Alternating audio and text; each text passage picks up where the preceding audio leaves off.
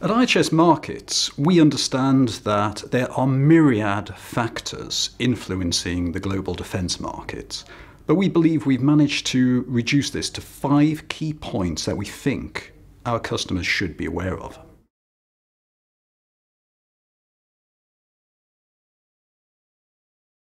The biggest trend that we see is the rebalancing of global defence spending.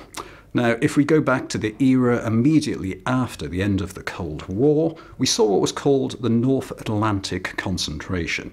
Defence investment was very much focused in Western Europe and North America. But since the financial crisis from 2008, we've seen flat spending or decline in the West and runaway growth in emerging markets. So we have a far more balanced world, not completely balanced, but that has very much influenced business strategies.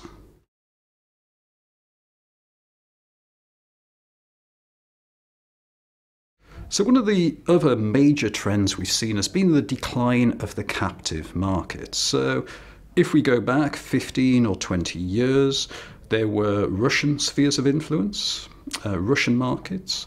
There were Western markets, American markets, French, British markets. And today that applies less and less. There are fewer and fewer captive markets. And one of the great examples of a market that has really opened up is India. Historically, they did buy some equipment from, say, the United Kingdom, but it's very much a Russian market. And if we look at the penetration of the United States into India, that is certainly a great example. And the Gulf states, very much Western client markets, but we've seen places like the United Arab Emirates, Saudi Arabia, increasingly looking to Russia and even China for defence equipment.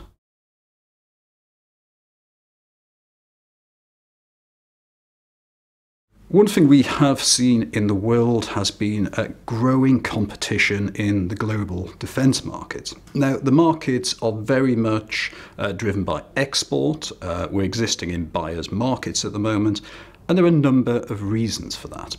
So number one, the established producers in the Western world, they've experienced flat defence spending at home. They've had to look internationally for growth. We've also seen emerging producers. Places like Turkey, South Korea, Singapore, increasingly even some of the Gulf states, aren't just looking to meet domestic requirements, they want to sell their equipment internationally. So we have an increased number of participants looking for a share of the global pie. And that's something we don't see changing. We see competition intensifying further over the next decade.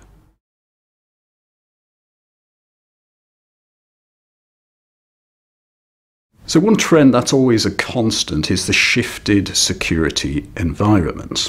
Now, if we look back 20, 25 years, we talked about peer-to-peer conflict between nation states.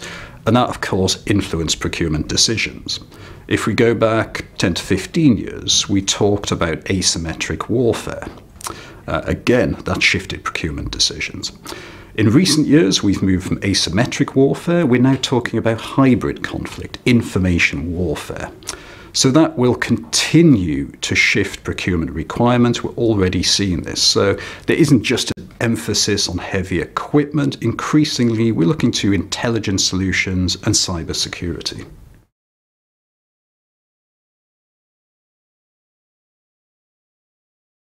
Again, new technologies have always been a factor of conflict that have shifted markets and procurement decisions. As soon as someone develops a solution, a platform, there's instantly a market for a counter system to counter that.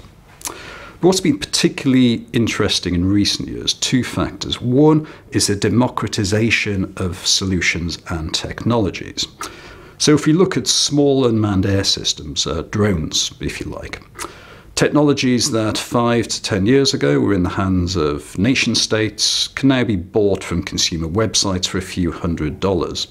Likewise, smartphones, which can provide secure communication networks and relatively sophisticated situational awareness tools, again for a few $100s. So this creates a challenge for militaries to tackle this. There's also the element of production technologies. producing equipment is becoming cheaper and cheaper as the equipment to actually make things becomes cheaper and cheaper. So smaller workforces are required. So we're seeing a lot of emerging producers in world markets producing cheaper and cheaper systems using commercial technologies and mass production techniques to bring lower cost solutions to market at the lower end.